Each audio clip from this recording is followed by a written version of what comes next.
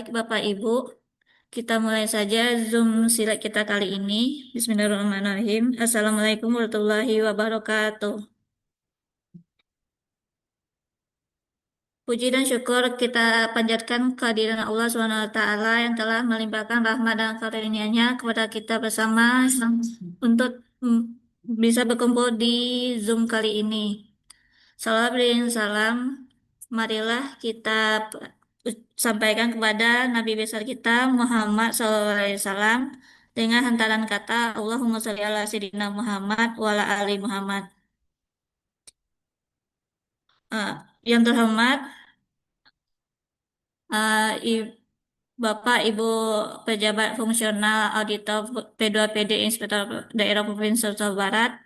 Yang terhormat Bapak Ibu pegawai Inspektor Daerah Provinsi Sumatera Barat. Untuk tidak memperpanjang kata pengantar, eh, langsung saja kita mulai kita kali ini dengan topik pengadaan barang dan jasa pada tahap perencanaan. Sebagai pemateri yaitu Ibu Tita Melo dan saya sendiri Putri Syukriya.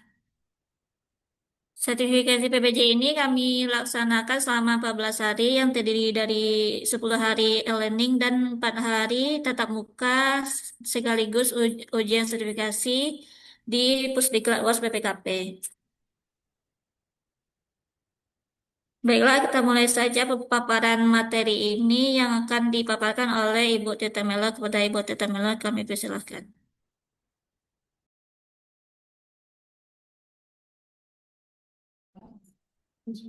Assalamualaikum warahmatullahi wabarakatuh. Terima kasih atas kehadiran dari Bapak Ibu dan teman-teman di dalam mengikuti Zoom pada hari ini, terutama tentang pengadaan barang dan jasa. Khususnya yang kami kemukakan saat ini adalah pada tahap perencanaan. Nah, apa begitu banyaknya materi yang diberikan ketika kami mengikuti diklat, diklat sertifikasi barang dan jasa ini, pengadaan barang dan jasa ini, namun kita mengambil satu topik yaitu pada tahap perencanaan. Ini adalah merupakan suatu sering atau membagi ilmu dengan teman-teman bukan berarti kita sudah bisa menguasai materi secara keseluruhan, namun materi ini kebanyakan kita adalah praktek dari pelaksanaan yang akan ditemui ketika melakukan pengawasan. Namun di sini kami mungkin memberikan materi untuk mengingatkan saja kepada teman-teman semua apa-apa saja yang perlu kita poin-poin yang perlu kita lihat di dalam melakukan pengawasan terhadap pengadaan barang dan jasa, terutama pada tahap perencanaan ini. Nah, eh, topik perencanaan pengadaan barang dan jasa, kemudian kita melihat dahulu adalah latar belakang dari perencanaan pengadaan barang dan jasa itu. Pengadaan yang baik itu harus dimulai dari perencanaan yang tepat. Nah, bagaimana perencanaan itu harus kita laksanakan? Kenapa perencanaan terhadap barang pengadaan itu kita laksanakan melalui perencanaan? Karena dengan perencanaan itulah kita melihat pengadaan apa yang nantinya akan kita laksanakan. Kemudian kita memastikan kebutuhannya apa. Kebutuhan yang benar-benar perlu kita kita dapatkan dengan pengadaan barang dan jasa tersebut. Kemudian kita juga mengingat efisiensi anggarannya, waktu dan akuntabilitasnya. Dan kemudian risiko dari kegagalan yang mungkin akan timbul selama melakukan pengadaan tersebut. Nah, itu perlu kita melihat latar belakang dari perencanaan yang merupakan tahap awal yang sangat menentukan dari keberhasilan dari proses pengadaan barang dan jasa. Kemudian kita melihat dari tujuan dari presentasi ini adalah untuk menjelaskan konsep dari perencanaan pengadaan barang dan jasa itu, yaitu dengan urutan berupa kita melakukan identifikasi kebutuhannya. Nah, tadi sudah disinggung yaitu kita harus melihat perencanaan dari kebutuhan. Kemudian kita bagaimana perencanaan kebutuhan ini dilakukanlah identifikasi kebutuhan dari barang tersebut. Kemudian kita analisa anggaran. Seberapa apa besar anggaran yang diperlukan untuk merealisasikan kebutuhan kita ini. Kemudian kita melihat analisa pasarnya. Analisa pasar terhadap barang yang akan kita butuhkan itu ada nggak di pasar, ada nggak, mudah nggak kita menemukan di pasar, di tempat-tempat yang mungkin kita bisa mendapatkannya. Kemudian kita tetapkanlah spesifikasi apa yang kita butuhkan untuk barang-barang tersebut. Lalu cara pengadaannya bagaimana? Apakah itu dengan swakelola atau dengan penyedia? Kemudian kita kelompokkan pemaketannya. Apakah itu dilakukan dengan paket atau apa? Dan kemudian kita susun jadwalnya. Selanjutnya kita mengumumkan RUP, Rencana Umum Pengadaan. Selanjutnya setelah kita umumkan, kita melakukan persiapan dari pengadaan. Kemudian setelah kita menjelaskan konsep dari perencanaan ini, kita juga melihat menguraikan tahapan-tahapan dari perencanaan itu sesuai dengan Peraturan Presiden Nomor 46 Tahun 2025. Kemudian dokumen ya pihak yang terlibat dan eh, gambaran praktek implementasi dari instansi pemerintah. Dan kita lihat kepada dasar hukum dari pengadaan barang dan jasa, yaitu melalui Peraturan Presiden Nomor 46 Tahun 2025, kemudian kebijakan-kebijakan yang ada di dari LKPP, kemudian dokumen perencanaan dan penganggaran, dan ketentuan internal dari organisasi masing-masing perangkat daerah maksudnya ya. Dan yang kelima kita juga melihat pengertian dari perencanaan pengadaan. Perencanaan seperti sudah disinggung tadi adalah perencanaan pengadaan itu adalah suatu proses dari identifikasi kebutuhan, penetapan spesifikasinya, jadwal anggaran, metode, serta strategi pemilihan penyedia atau pelaksanaan secara swakelola untuk menghasilkan pengadaan yang efektif dan akuntabel. Nah, inti dari perencanaan pengadaan itu adalah apa yang kita butuhkan ini. Jadi kita membutuhkan apa sebenarnya? Kenapa kita butuh ini? Mungkin butuh untuk eh, pelaksanaan tupoksi kita masing-masing. Kemudian kapan kita membutuhkan, apakah sekarang, nanti, atau gimana gitu kan. Kemudian berapa anggarannya yang akan kita sediakan di DPR. Kemudian bagaimana cara pengadaannya, kemudian siapa pihak yang akan melaksanakan. Nah, ini yang perlu kita pahami dulu, pengertian dari perencanaan pengadaan tersebut. Nah, kemudian kita melihat lagi tujuan perencanaan pengadaan itu apa? Ya, itu untuk menjamin kebutuhan dari pengguna. Nah, ini menyinggung dari kebutuhan itu tadi. Jadi kita menjamin apakah kebutuhan pengguna itu benar-benar kita membutuhkan barang yang akan kita lakukan pengadaan. Ini kita menjamin pemenuhan kebutuhan dari pengguna itu. Kemudian apa ini kita meningkatkan kualitas dari hasil pengadaan. Jadi karena kita sudah memenuhi kebutuhan kita, kemudian bagaimana kualitasnya itu? Kualitas pengadaan itu tentu kita perhitungkan juga supaya jangan terjadi hal-hal yang tidak diinginkan. Nah, dari perencanaan inilah kita melihat apa urutan-urutannya. Selanjutnya memastikan kesesuaian dengan program, output dan anggaran kita. Nah, di program apa disediakan anggaran mungkin. Kemudian outputnya apa? Kemudian dengan besaran anggarannya berapa untuk menghasilkan outputnya gitu. Program melalui program yang ada di dokumen pelaksanaan anggaran. Ya.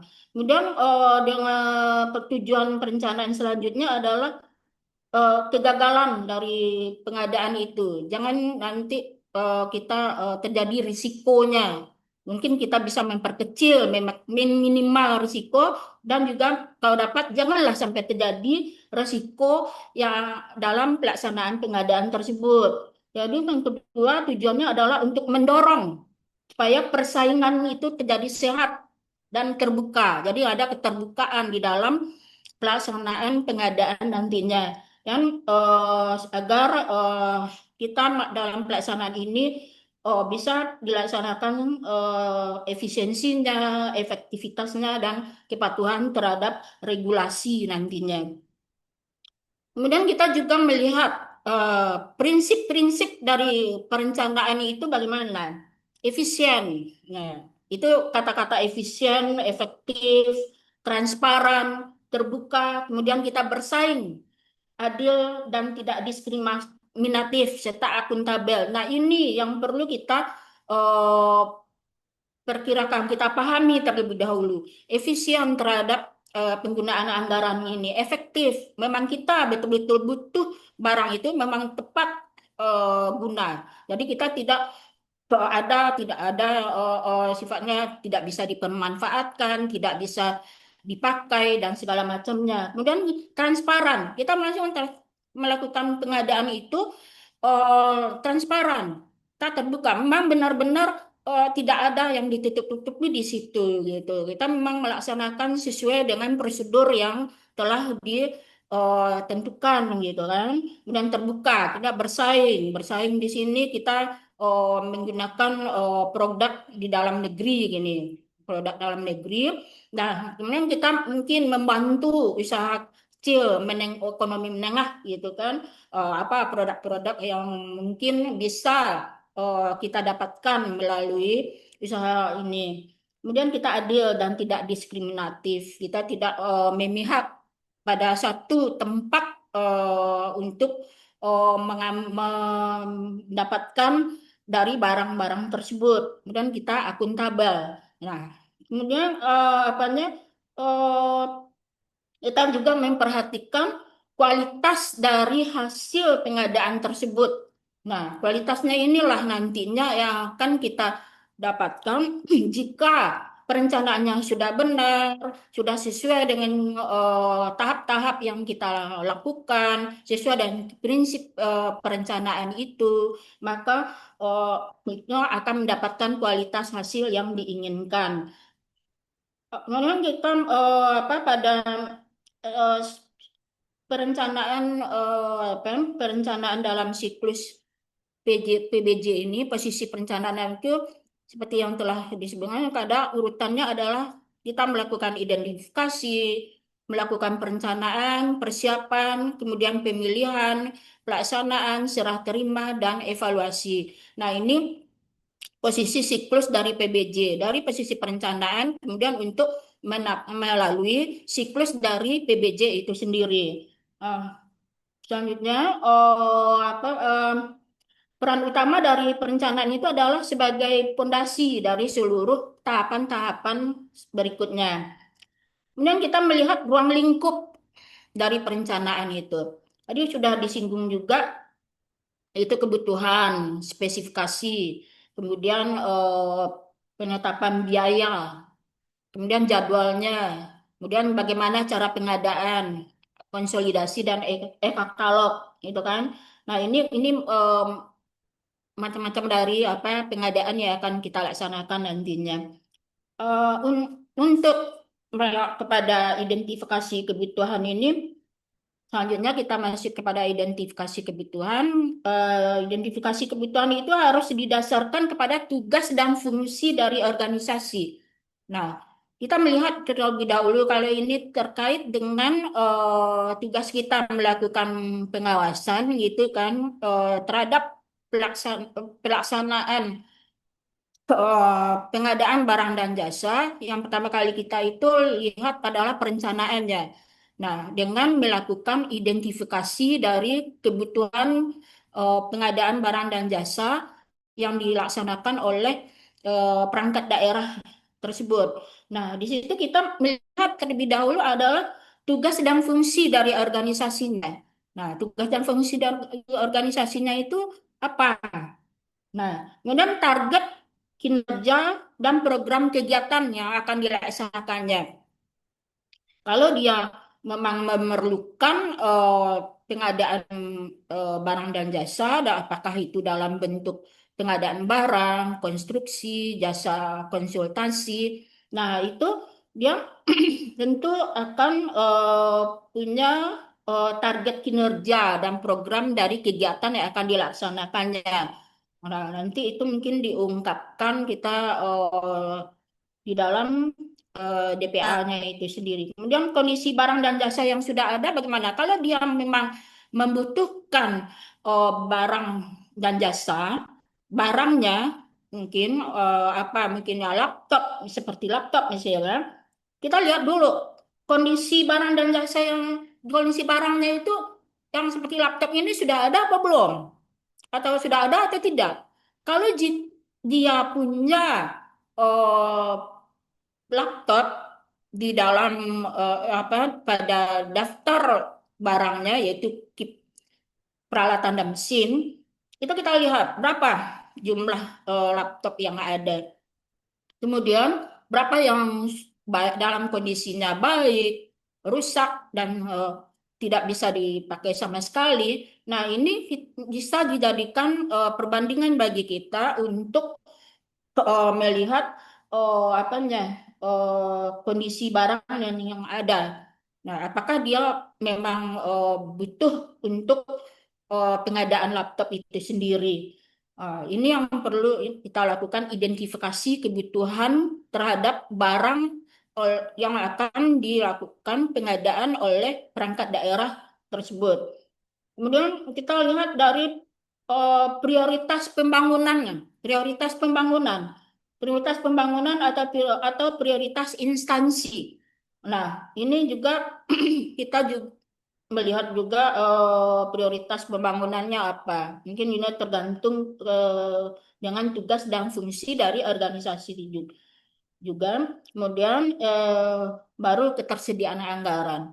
Nah, kira-kira ketersediaan anggarannya untuk melakukan pengadaan ini eh, bisa nggak untuk melakukan? Jika dia rencananya untuk 5 laptop, kira-kira dengan anggaran sebesar ini disediakan sebesar 1 M barangkali atau apa kira-kira logis enggak dengan ketersediaan anggaran untuk membeli laptop yang 5 itu tadi. Kemudian kita juga melihat walaupun kita melakukan identifikasi kebutuhan ini, kita juga perlu menghindari pengadaan yang tidak ada didasarkan kepada kebutuhan real, kebutuhan real. Karena ini untuk menjaga efisiensi dan efektivitas di dalam pengadaan itu sendiri. Kemudian spesifikasi yang mengarah pada merek tertentu tanpa dasar. Jadi kita memang kita melihat speknya itu apa yang benar-benar dibutuhkan. Jadi kalau spek yang dibutuhkan itu berarti berkaitan dengan anggaran yang disesuaikan dengan anggarannya. Ini jangan mereknya. Nah, mereknya apa yang akan dibeli atau disediakan gitu. Kemudian pengadaan itu tidak berulang. Jadi pengadaan cukup eh, sekali sekali pengadaan tapi itu efektif dan efisien gitu maksudnya. Selanjutnya kita lanjut pada penetapan tahap selanjutnya penetapan barang dan jasa. Nah, di sini kita juga akan menentukan dan memperhatikan yaitu jenis dan volume dari kebutuhan itu. Nah, volumenya berapa? Jenisnya apa? Nah, seperti telah disebutkan tadi, mungkin kita butuh 5. Kemudian volumenya apa, spesifikasinya apa. Nah, kemudian output yang akan dihasilkan dengan pengadaan laptop itu sendiri. Nah, kemudian waktu pemanfaatan laptop ini mungkin pemanfaatan mungkin bisa itu kapan kita akan memakai laptop ini bisa tersedia langsung kita manfaatkan waktunya gitu. Itu mungkin di sini maksud dari waktu pemanfaatan. Kemudian lokasi dari pelaksanaannya itu di mana? Apakah di tempat perangkat daerah kita sendiri. Kemudian risiko pelaksanaannya. Lanjut, kita melihat juga kepada spesifikasi teknis dan KAK. Nah, untuk spesifikasi teknis dan KAK mungkin ini ada perbedaan ya. Untuk spesifikasi teknis itu kita lihat kepada eh, pengadaan barang dan jasa. Kemudian untuk konstruksi ya. Kemudian KAK itu khusus untuk melihat pada jasa konsultansi. Nah, ini mungkin perbedaan antara spesifikasi teknis dan KAK. Jadi kita ini merupakan suatu tahap di dalam pelaksanaan perencanaan adalah spesifikasi teknis dan KAK. Kita nanti menyesuaikan pengadaan apa yang akan kita laksanakan. Nanti kita sesuaikan aja. Tadi diisi dari spesifikasi teknis dan KAK ini harus jelas. Jelas runtutan apanya ya, apa yang akan eh, di dalam isi dari spesifikasi teknis ini. Jelas itu latar belakangnya, tujuannya, ruang lingkup pekerjaannya, output, jadwal pelaksanaannya, kriteria kinerja, dan mutu dari pengadaan barang dan jasa yang akan kita laksanakan. Kemudian terukur, tidak diskriminatif dan sesuai kebutuhan, kemudian dapat dipenuhi pasar. Jadi kita tidak sulit untuk menemukan barang yang akan kita inginkan. Jadi dapat dipenuhi oleh pasar ya kan. Persyaratan teknisnya, ya. Kemudian yang perlu kita hindari di dalam dalam spesifikasi teknis dan KAK ini, kita menghindari spesifikasi yang terlalu sempit sehingga mengurangi persaingan. Nah, ini mungkin supaya spesifikasi ini kita ada persaingan-persaingan antara dari satu supplier atau pihak pemberi apa tempat kita melaksanakan apa tempat kita mengambil apa barangnya ini dengan tidak mengurangi persaingan antara dengan mereka karena ada sudah terstruktur melalui spesifikasi teknis dan KAK ini.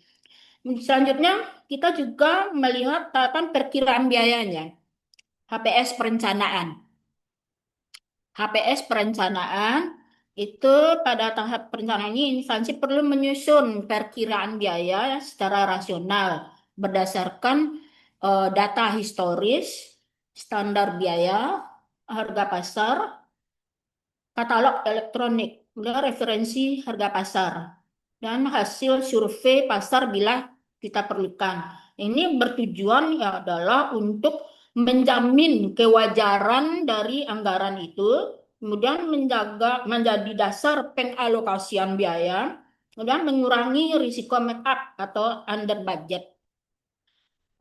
Jadi ini istilah data HPS, pagu, dan nilai total biaya perlu disesuaikan dengan pengaturan dalam naskah resmi yang berlaku. Itu cuma kita melihat dari eh, Perpres 46 tahun 2025. Kemudian bagaimana penetapan cara pengadaan?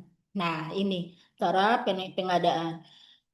Secara umum pengadaan itu dapat dilaksanakan melalui dua cara, yaitu melalui penyedia dan swakelola. Nah, melalui penyedia itu dilakukan oleh pelaku usaha untuk memenuhi kebutuhan dari barang dan jasa. Kemudian dengan swakelola kita melaksanakan sendiri oleh em, kementerian, lembaga, dan perangkat daerah, kemudian instansi lain, organisasi kemasyarakatan atau kelompok masyarakat. Nah, ini nanti bagaimana penetapan cara pengadaan, penyedia atau swakelola, mungkin teman-teman bisa lebih membaca kepada peraturan Presiden nomor 46 tahun 2025 itu mungkin tidak kami ungkapkan semuanya terkait dengan cara pengadaan itu bagaimana karena kita terbatas oleh tahap pada tahap perencanaan itu mungkin nanti teman-teman bisa mempelajari dengan lebih intens lagi terkait dengan Perpres 46 tahun 2025 ini. Kemudian kita berdasarkan ini pertimbangan penetapan cara pengadaan ini kita dapat melihat kepada sifat dari pekerjaannya, kemudian kemampuan internal, efisiensi biaya dan waktu, resiko pekerjaan, kemudian ketersediaan penyedia di pasar. Nah, ini mungkin perlu kita pertimbangkan penetapan cara pengadaannya. Bagaimana urutan bagaimana cara pengadaan selanjutnya nanti silakan teman-teman lebih memahami kepada Perpres 46 tahun 2025. Memang kita selanjutnya adalah konsolidasi pengadaan. Nah, pada pengertian dari konsolidasi pengadaan itu karena terkait dengan perencanaan itu adalah kita lihat dulu pengertiannya adalah penggabungan kebutuhan untuk efisiensi dan standarisasi. Nah, di sini tujuannya adalah untuk efisiensi proses, efisiensi harga, standarisasi spesifikasi, penguatan tata kelola, pengurangan pengadaan yang terpecah-pecah. Jadi bisa dilakukan konsolidasi untuk pengadaan, misalnya laptop itu tadi gitu. Kita melakukan penggabungan dengan apa yang sama, pengadaan yang sama bisa kita lakukan penggabungan. Nah, contohnya di sini adalah pengadaan ATK, kemudian perangkat TIK atau jasa kebersihan untuk beberapa unit yang digabung dalam satu paket atau strategi pengadaan terpadu. Nah, ini kita ada menemukan di suatu perangkat daerah itu mereka melakukan pengadaan ATK itu pada masing-masing bidang, pada masing-masing pengadaan. Yang seharusnya mereka bisa melaksanakan penggabungan pengadaan itu pada satu tempat seperti di sekretariat, misalnya di sekretariat itu pengadaan yang digabung untuk masing-masing bidang dan bagian. Nah, ini yang dimaksud di dalam melakukan konsolidasi pengadaan. Nah, selanjutnya kita melakukan penyusunan jadwal pengadaan. Nah, dari perencanaan itu kita harus mempertimbangkan juga untuk penyusunan jadwal itu adalah siklus anggarannya. Siklus anggaran, kemudian kesiapan dokumen, kemudian waktu pemilihan penyedia, waktu pelaksanaan dari pekerjaan, kemudian batas waktu pemanfaatan hasil, kemudian risiko keterlambatan. Nah, ini kita susun jadwal ketika perencanaannya itu. Kita susun jadwalnya kapan, kemudian siklus anggarannya bagaimana, kemudian dokumen-dokumen yang dibutuhkan, dengan waktu pelaksanaannya, dan risiko yang mungkin akan timbul, bisa keterlambatan dan risiko segala macamnya.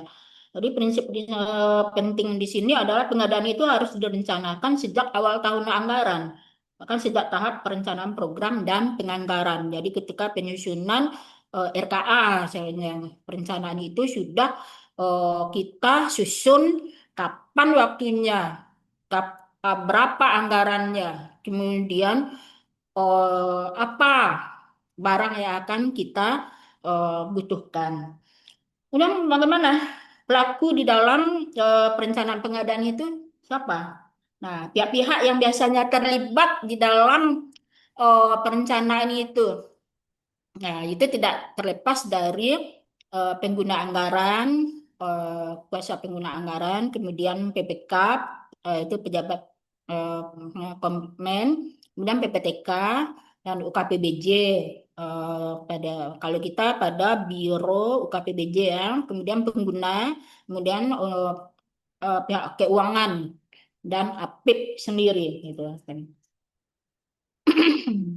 Itu peran utamanya itu adalah guna terjaminnya kebutuhan anggaran dan strategi pengadaan itu akan selaras. Jadi dengan adanya pelaku dalam perencanaan ini untuk menjamin kebutuhan anggaran dan strategi pengadaan itu selaras, supaya selaras ya Pak. Kemudian kita lihat lagi dokumen perencanaan pengadaan. Dokumen umumnya disiapkan itu adalah dokumen identifikasi kebutuhan. Nah, kemudian kalau masih di dalam bentuk RKA, mungkin RKA yang karena sudah eh, di, ter- ada di dalam itu pengadaan yang akan kita laksanakan nantinya pengadaan barang belanja modal di situ kan. Di situ juga terlampir pada RKA. Kemudian kalau dia itu pengadaan barang dan jasa, kita memakai spesifikasi teknis. Jika itu kita memakai jasa konsultansi, yang memakai KAK. Nah, kemudian perkiraan biaya, jadwalnya, kemudian kita rencana umum pengadaan, kapan itu. Nah, setelah itu dokumen pendukung dari survei pasar atau referensi harga. Nah, ini sangat dibutuhkan juga untuk sebagai dokumen perencanaan pengadaan. Nah, selanjutnya kita, pada rencana umum pengadaan. Rencana umum pengadaan itu merupakan suatu informasi pengadaan yang diumumkan sebagai bentuk transparansi. Nah, ini kita bercerita awalnya transparansi. Nah, disinilah pada rencana umum pengadaan inilah transparansi ini diungkap. Kita transparan. Kita bagaimana informasi paketnya, dananya, yaitu sumber dananya, kemudian lokasi pekerjaan, volume atau lingkup dari pekerjaan itu, kemudian perkiraan nilainya, eh, kemudian cara dari pengadaan yang akan kita laksanakan, apakah penyedia atau swakelola, kemudian jadwal pelaksanaannya kapan. Nah, lalu manfaatnya itu apa dengan adanya RUP, Rencana Umum Pengadaan ini? Yaitu memberikan informasi dini kepada pelaku usaha yang akan ikut serta di dalam pengadaan barang dan jasa ini. Kemudian untuk mendukung keterbukaan itu tadi, mendukung keterbukaan dan transparansi. Kemudian guna memudahkan pengawasan dan monitoring. Nah, melalui RUP inilah kita menyampaikan pengadaan barang dan jasa yang akan kita laksanakan. Kemudian kita juga mungkin pengadaan barang dan jasa ada perencanaan dengan penggunaan e-katalog, pembelian digital. Nah, dengan menggunakan e-katalog ini mungkin proses dari barang dan jasa itu mungkin lebih cepat, transparan dan terstandar. Nah, itu eh, bisa diperiksa apakah kebutuhan itu dapat dipenuhi melalui e-katalog ini. Kemudian toko daring, atau pembelian digital pemerintah dan mekanisme lain yang ditetapkan. Jadi keuntungannya itu tadi adalah karena proses cepat, harga yang lebih transparan, kemudian spesifikasinya itu lebih terstandar. Dan mengurangi beban dari proses pemilihan terhadap eh, pihak yang akan menyediakan barang dan jasa tersebut. Kemudian pada perencanaan ini tentu eh, ada resiko-resiko yang mungkin akan terjadi.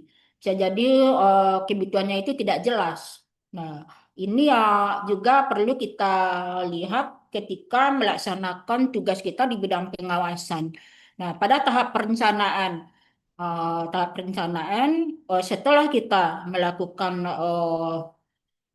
tahap-tahapnya itu sesuai dengan tahap-tahap pada perencanaan itu, kita akan mengetahui barang yang telah disediakan, telah diterima dari hasil pengadaan itu bagaimana? Kebutuhannya sudah sesuai atau tidak? Nah, ini kita lihat kebutuhannya. Mungkin kan tidak risikonya itu tidak jelas, kebutuhannya itu tidak jelas.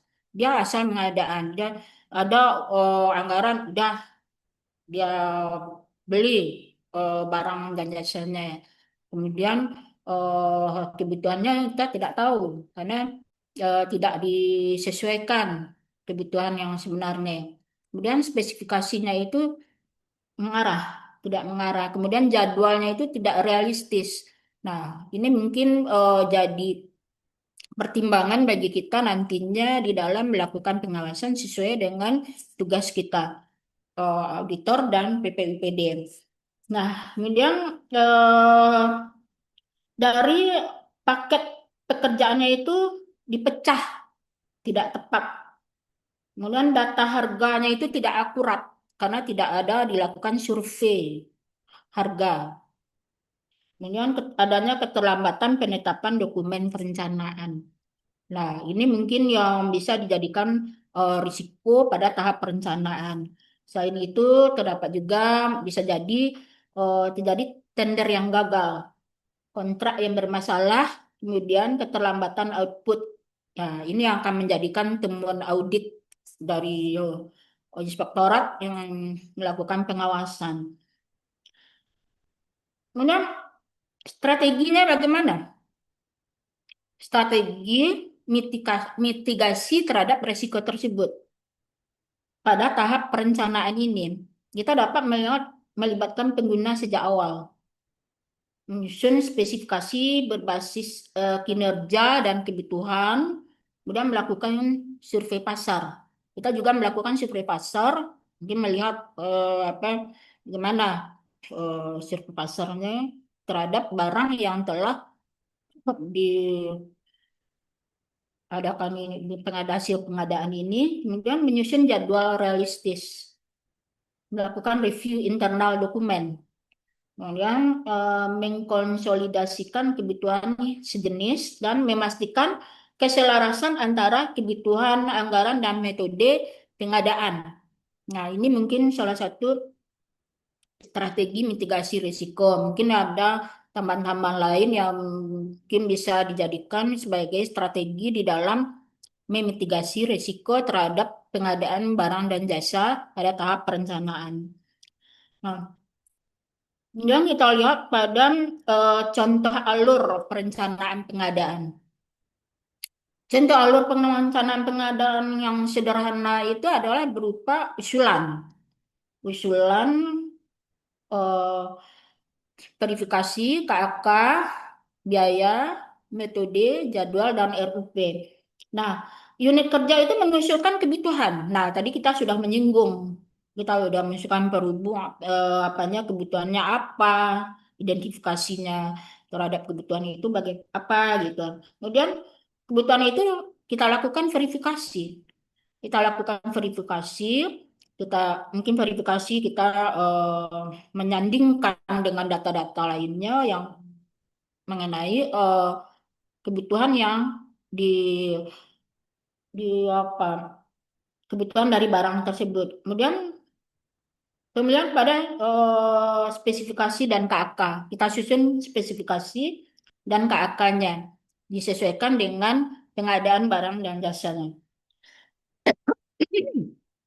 Anggaran dan pikiran biaya, kemudian kita hitung anggaran dan pikiran biaya, kemudian cara pengadaan, penetapan cara pengadaan, kemudian penyusunan jadwal, dan memasukkan paket ke RUP. Ini dilanjutkan dengan tahap persiapan pengadaan. Nah, ini mungkin contoh alur perencanaan nanti yang akan dilaksanakan oleh perangkat daerah untuk memenuhi pengadaan barangnya. Nah, terhadap kondisi-kondisi tersebut di atas sudah dijabarkan secara apa, tentang tahap perencanaan. Mungkin kita coba Bapak Ibu untuk melihat apanya kepada contoh mungkin contoh studi kasus kita yang mungkin terdapat pada perangkat daerah yang kita audit. Nah, ini minta pendapat dari Bapak Ibu untuk memberikan masukan-masukan pada apanya tentang studi kasus ini. Nah, di sini kita eh, ada konsolidasi pengadaan laptop untuk meningkatkan efisiensi dan pengendalian. Nah, contoh kasusnya adalah pengadaan laptop untuk 5 bidang. Nah, apa kira-kira permasalahan yang mungkin terjadi kalau pengadaan laptop itu untuk 5 bidang? Nah, yang akan ditemukan gitu kan. Bagaimana perbaikannya dalam tahap perencanaan? Silakan Bapak Ibu memberikan pendapatnya masing-masingnya. Bisa melalui kolom chat, bisa dengan langsung. Nanti kita catat. Sini kita diskusi ya. Kita diskusi mengenai studi kasus ini. Ayo, Bapak Ibu.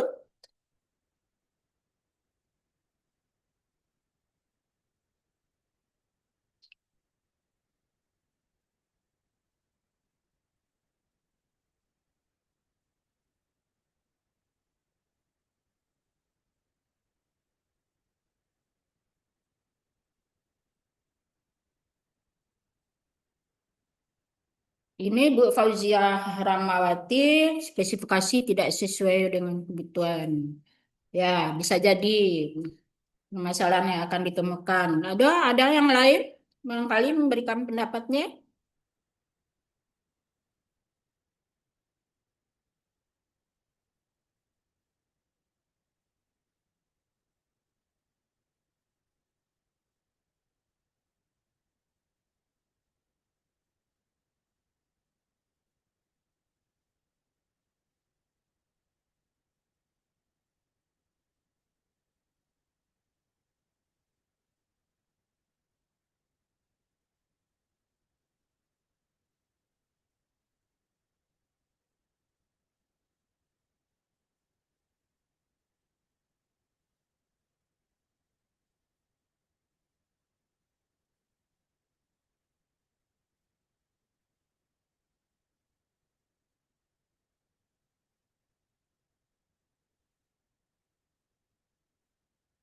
Ada? Kita tunggu Bapak Ibu memberikan tanggapannya.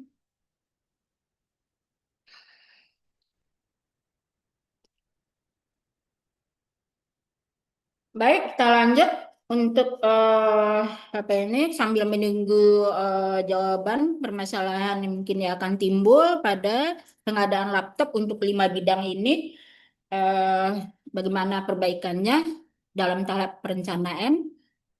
Oke, kita lanjut dengan eh, indikator perencanaan yang baik. Nah, indikator terhadap perencanaan yang baik itu memiliki ciri-ciri perencanaan pengadaan yang baik. Apa itu? Nah, untuk melihat perencanaan yang baik itu kita perlu mengetahui kebutuhan yang jelas. Itu sudah juga disinggung. Kebutuhan jelas dan terukur. Kemudian dokumennya lengkap. Jadwalnya realistis. Kemudian strategi pengadaan itu tepat. Nah, kemudian meminimalkan perubahan di tengah proses dan mendukung hasil yang tepat mutu, tepat guna, tepat waktu, dan tepat biaya. Nah, indikator-indikator inilah untuk mengukur perencanaan yang baik. Yang tantangan dan implementasi. Tantangan yang sering dihadapi di dalam tahap perencanaan itu adalah perubahan kebutuhan. Perubahan kebutuhan. Kemudian sumber daya manusianya. Dan yang kebutuhan itu bisa mendadak. Mendadak, soalnya ya, awalnya tidak ada rencana, kemudian tiba-tiba mendadak. Kebutuhan mendadak. Ini harus direalisasikan. Sementara anggaran untuk itu sudah disediakan untuk kebutuhan yang lain. Nah, ini bisa jadi tantangan dari implementasi perencanaan pengadaan. Lanjutnya kapasitas. SDM perencana itu belum merata.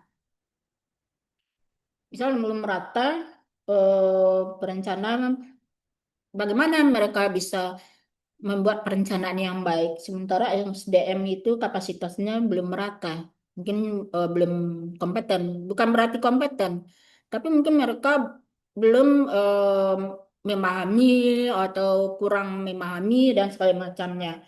Kemudian pasar, data harga pasar yang terbatas. Dalam koordinasi antar unit itu belum optimal. Nah, sehingga perencanaan masih terhambat dilakukan karena dokumen teknis belum matang.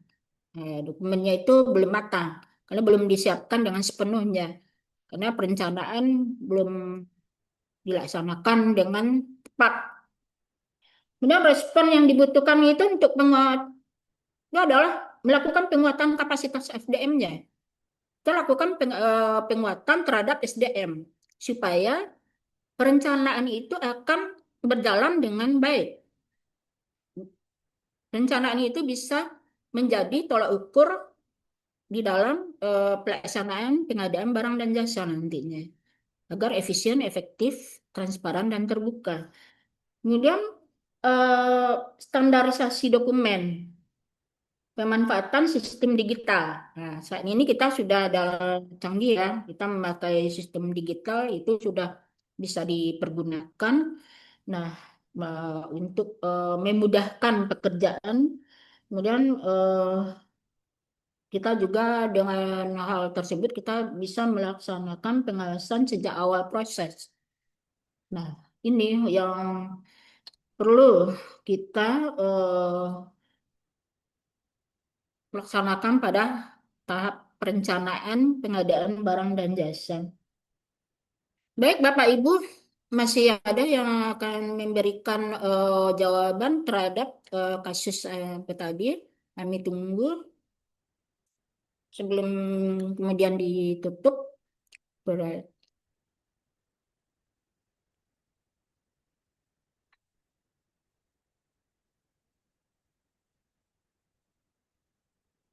Silakan.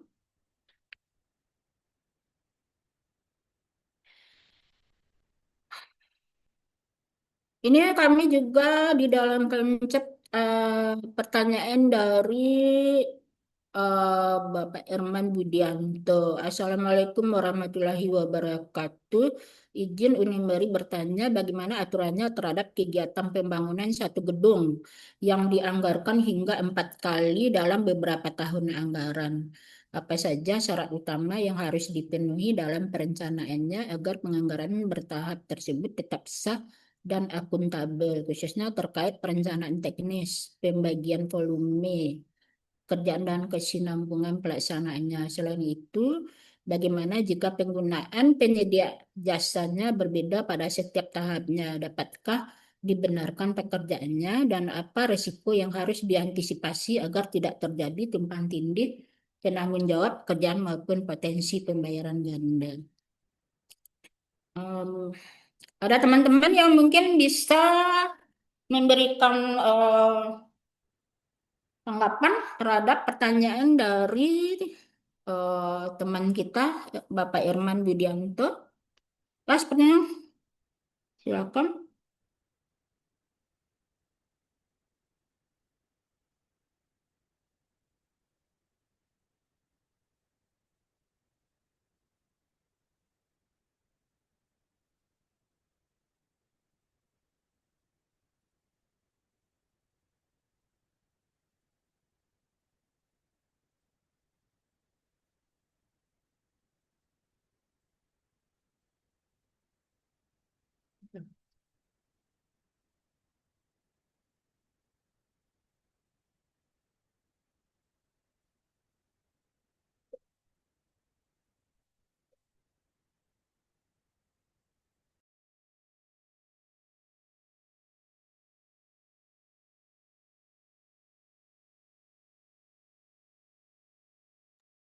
Bapak Ibu, ada yang bisa memberikan pendapatnya, tanggapannya terhadap pertanyaan Bapak Irman Budianto?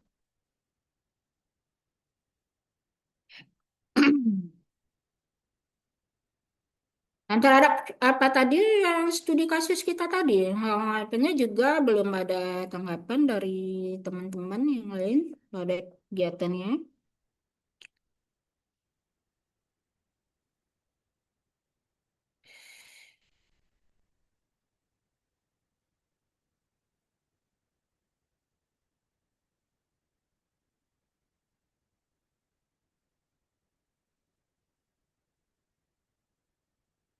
Baik, tadi hanya terhadap studi kasus yang tadi tidak ada yang memberikan pendapat lainnya. Mungkin kita bisa menambahkan dari pendapat dari Ibu Fauziah Rahmawati.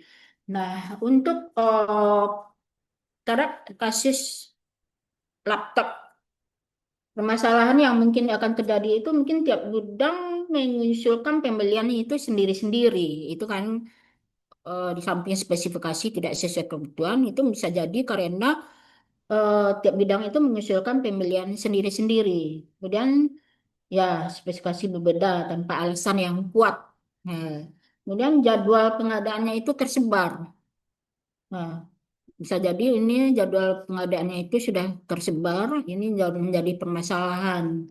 Nah, kemudian perbaikan yang melalui perencanaan yang mungkin kita dapat lakukan adalah kebutuhan dikonsolidasikan. Seperti sudah disinggung juga tadi, setidaknya 5 bidang itu melaksanakan pengadaan barang dan jasanya dikonsolidasikan, digabung pada satu bidang, yaitu misalnya di sekretariat. Jadi sehingga spesifikasi yang dibutuhkan itu tidak berbeda dan jadwal pengadaannya itu bisa dijadwalkan disatukan. Dan harga yang dibandingkan itu bisa melalui pasar atau katalog. Nah, hasil dari pengadaan itu akan lebih efisien, proses lebih cepat dan pengendaliannya lebih mudah.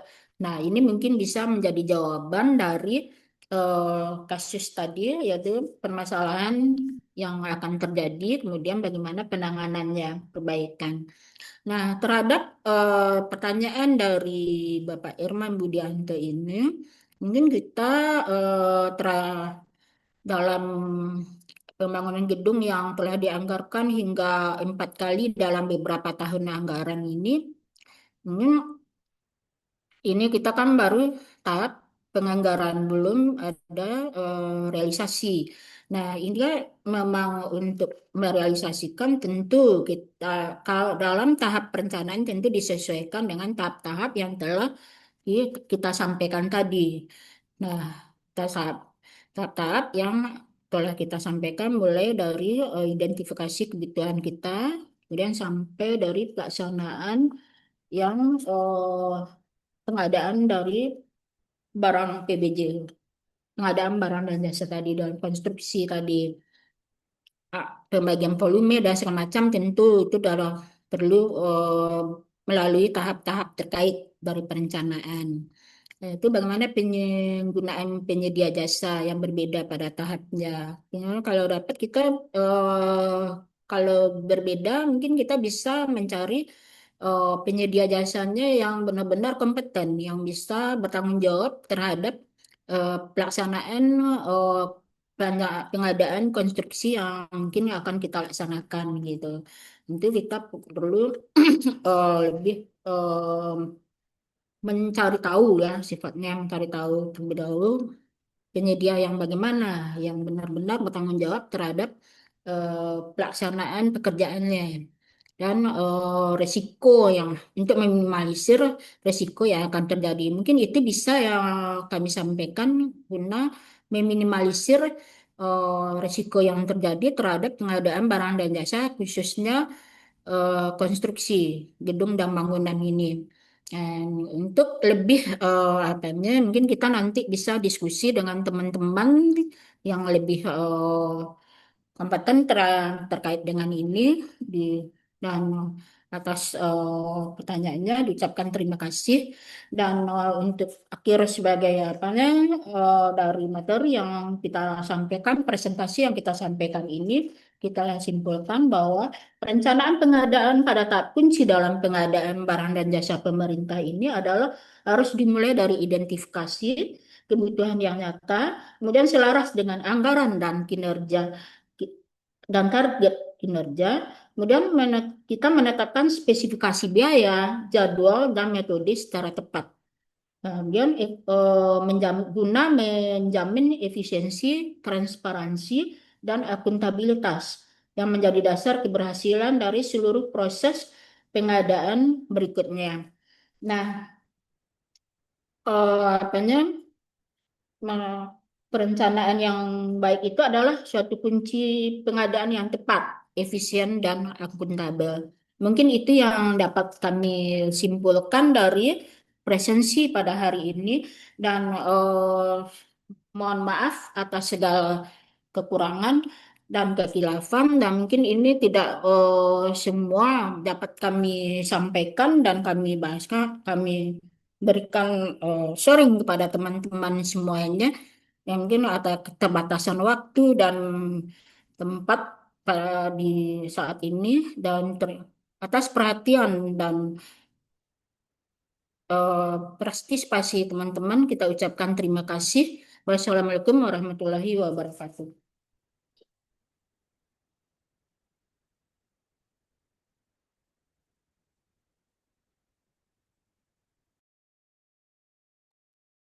Terima kasih kepada Bu Mary yang telah menyampaikan paparan materi pengadaan barang jasa pada tahap perencanaan.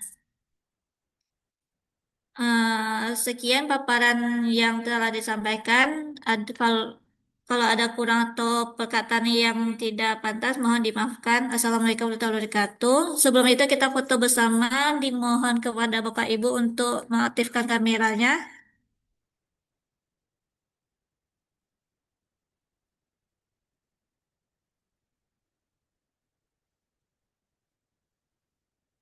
Kamera deh. Sudah aktif. Jempolnya, Bapak Ibu. Oke, roll 1, 2, 3. 1, 2, 3. Lalu,